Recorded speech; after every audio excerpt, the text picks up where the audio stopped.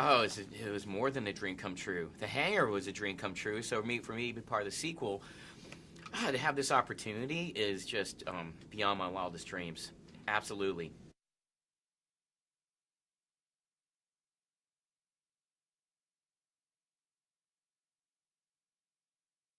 We're all friends off camera, and we're good friends. And I had known or worked with them prior to even the first Hangover.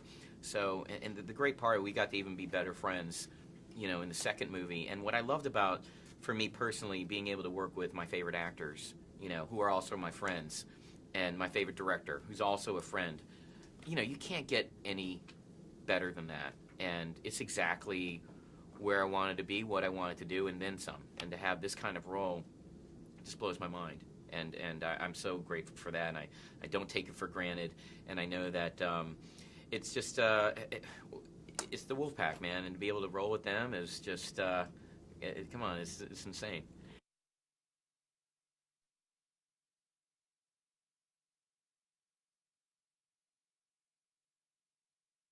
My favorite scene actually is during the car chase when we're being chased, and my rearview mirror just shut off, and everyone else is horrified and like, oh crap, oh my god, and I'm like,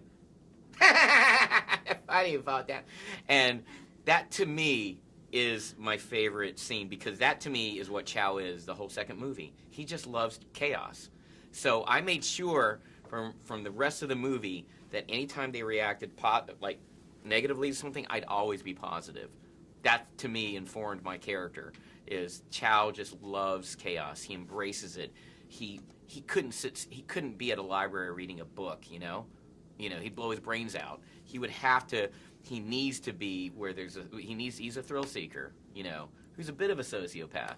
He's basically if the Joker in The Dark Knight and Joe Pesci in Goodfellas had a kid and then peed on it. Maybe. Pee funny. Yeah.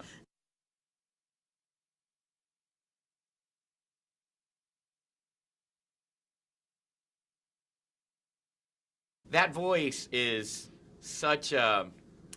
It's just a combination of my wife, who's Vietnamese, combination of my intensity as a Korean, and then a bunch of crazy. You stir in some crazy, and a little lemon, then you get some Chow.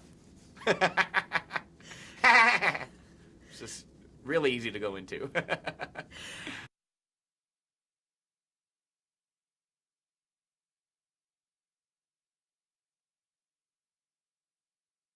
I mean, it made me famous, and it's as simple as that. When the first movie came out, from the moment it came out, it changed my life, and it opened up so many doors of work for me as an actor that for the last 2 years since the movie came out, I've been constantly busy, and I owe everything because of the first movie. Everything I've done, all my success as an actor for the last 2 years, is directly because of The Hangover. And so for me to be a part of the second Hangover was a priceless bonus. I would do anything for Todd Phillips, and because he made me, and I'm just so grateful for that. And when your biggest fan is the director, you just can't get better than that.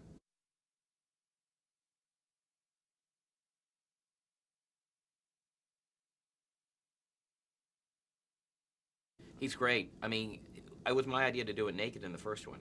So he's the only director I've ever worked with said, Todd, I want to be naked in this. Okay, let's do it. What? That's exactly Todd Phillips right there. If there's something he loves, he will just push to the nines. He commits to comedy, and he's fearless. And I commit to my comedy, and I'm fearless, and we just we're like peas in a pod together. And it's kismet. We're just so happy. I love working with him. He's the best.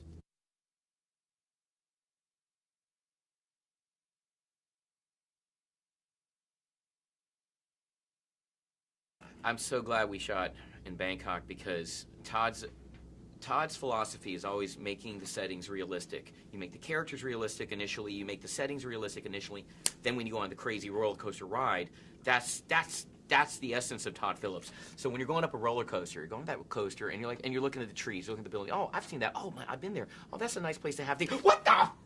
And that's exactly the tone of Todd's movies. So, and to shoot everything in Bangkok and to see, you get the feel of it. You see elephants, you see the citizens, you see the smog.